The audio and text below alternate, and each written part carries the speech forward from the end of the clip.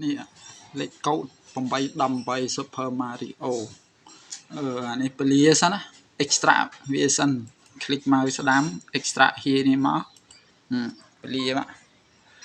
រងចាំតិចសិនយូរដែរណាហ្នឹងហើយនេះ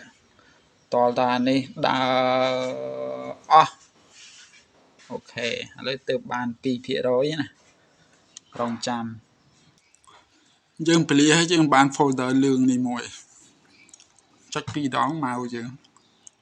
2ដង radius នេះ set up វាអស់អូខេ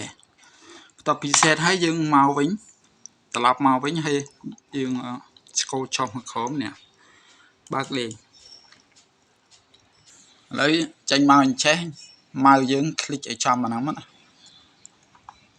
នេះ click ចំអាហ្នឹងមក click 2ដងចឹងយើងរងចាំរហូតតថានេះវារត់គ្រប់ចំនួនឥឡូវទៅបាន50ជាងហើយទាំងអស់វា 9800 ហើយចំនួននាទីវា17នាទីត្រូវរងចាំ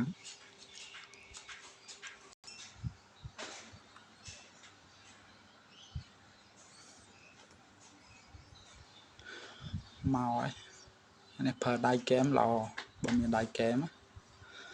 ហ្នឹងបើមានដៃហ្គេមល្អមកហ្នឹងចុច A ដៃហ្គេម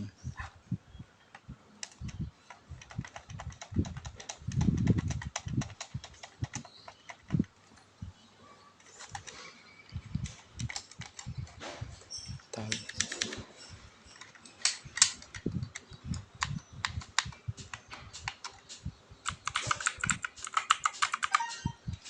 start keyboard ផងដៃហ្គេមផង